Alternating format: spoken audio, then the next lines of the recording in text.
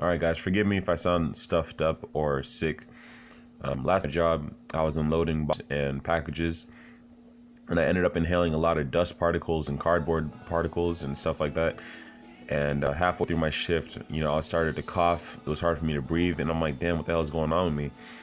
Then I realized, like, the last time this has happened, I came to the conclusion that that's what it was, because you can literally feel yourself inhaling the particles when you're at work. It's horrible. I need to wear a real mask or a reusable cotton mask, something like that, to try to combat that, because it really does mess me up. I'm coughing and my chest hurts because I'm trying to clear the airway and all that stuff. I'm like, damn, it's killing me. Anyways, that to the side, let's get to the video. Sunday workout before I went into work. So my squats, they were good today. No real complaints. I'm still not feeling 100% in my squats, but that's something I'm still gonna have to work my way back up to.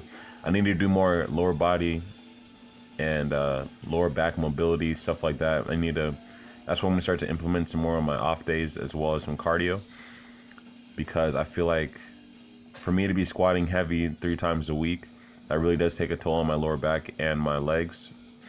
So I need to do the best I can to maintain my body, to keep up with what I'm doing with my workouts, especially with my job, because my job is physical.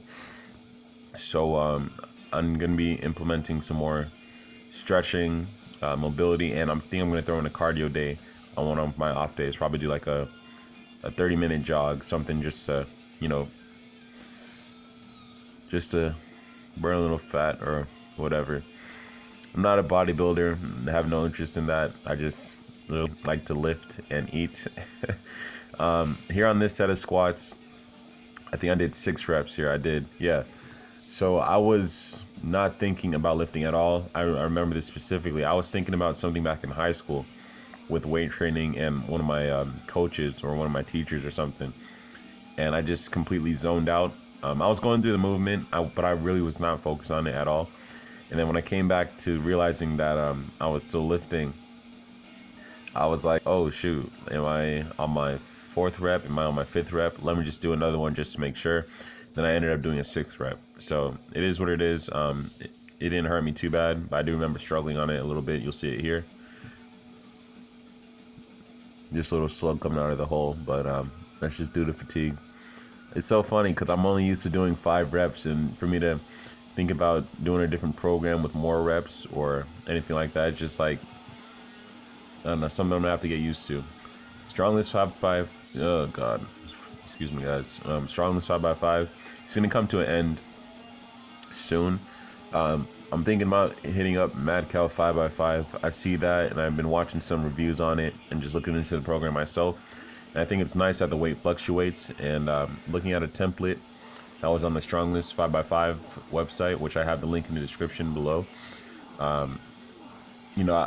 input my numbers, my maxes and stuff like that, and I was looking at the progress I can make with it, and it looks really, really good. Something that I can consistently see myself progressing in, with the weights not being heavy all the time. It fluctuates more, so I think that's good for the body. And it'll be a different kind of workout. So I think it's something that's very interesting, and I'm pretty sure that's what I'm gonna go to next, unless you guys have something else for me to check out, or if I find something else I might like more. So that's that. My overhead press here.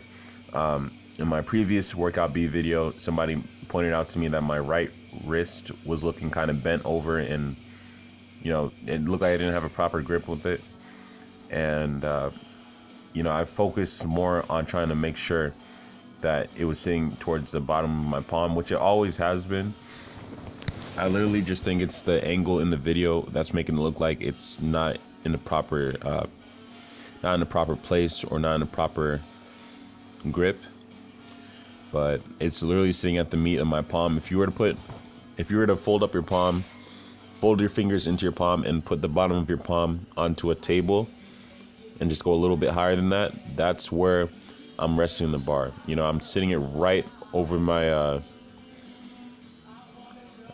don't want to say wrist, I guess. I have it stacked, you know what I mean? So when you're benching and everything, all your joints are stacked, that's where I have it at. you know, so don't think I'm hurting myself or I'm using improper form, which my form isn't the best on my overhead press. I know that for sure. But my grip, you know, I felt very strong with it today. I think it's just how it looks in the video once again. So I could be wrong, I could be right, but I'm going to keep trying to do my best to make sure that I have it in a proper grip. I'm going to look at some more videos, do some more research on that as well. And yeah, so that's that. One of my other buddies on here, he suggested that my left wrist was, it kind of had a semi wrist wrap on it, because I'd always wear my watch when I'm working out. I don't do that anymore. I throw it off to the side. And I think it kind of was. I think it did help me a little bit. And I do have wrist wraps in the garage, but I just, I don't feel like I need to use them as of yet. It would be good to get some practice in with them, so when the time comes, I know how to use them properly, but I don't think it's necessary right about now. So, but yeah, my overhead press, I've progressed through it this time. You know, I'm moving up in the weight, but I don't feel like I'm getting stronger with it. So we'll talk on that more in the next video. But deadlifts here. One thing I did notice at this different angle that I took, I don't feel like I'm getting the full range of motion of my deadlift. I feel like I'm kind of stopping a little bit too early. And Alan Thrall, which is one of the best weightlifting teachers on here, he made a video on the deadlift, and he said you got to make love to the bar at the very top. So what he means by that is you got to push your hips through the bar, and you just keep.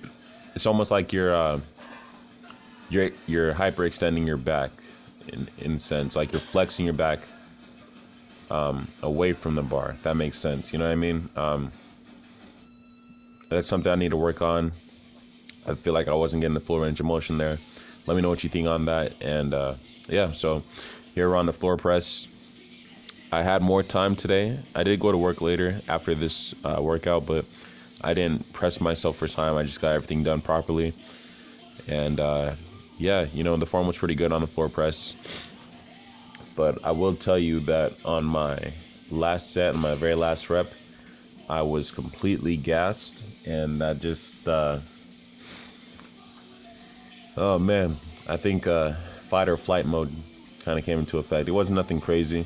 I didn't panic, but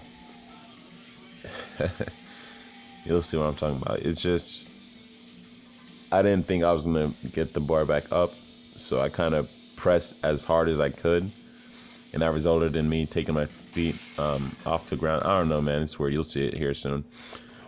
But I got it done. I'm really enjoying the floor press. It's a nice different variant for my pressing. I feel like I'm getting stronger with it as well, and it does give me a nice pump, which is cool. But yeah, I want to do my maxes again, probably halfway through this year, or before I switch. There you see right here, or before I switch to my next program. I'm here to talk about that's not what you're supposed to do. Yeah, I'm also rocking the dad bod today, guys. I ate not too long before I started to lift. I didn't really have much time to let it digest, so I'm looking a little chunky, but hey, it is what it is. I like to eat. I'm not hiding my body. Again, I'm not here to impress anybody. I'm just posting what feels good to me. So also my overhead press, you notice I did that shirtless. I felt 100%, well, I'm not gonna say 100% better. I felt very good doing that without a shirt on. I didn't feel as restricted. I had more range of motion, you know, without having a shirt on for that. And I guess I just didn't put it back on for the rest of the video because I didn't feel like it. So that's that. As always, I always end my videos with my pull-ups on workout B days and my chin-ups on workout A days. And yeah, that's about it. So thanks for stopping by, guys. I appreciate you checking out the channel. Please feel free to like, comment, and subscribe. And as always, I'll see you guys next time. Take care.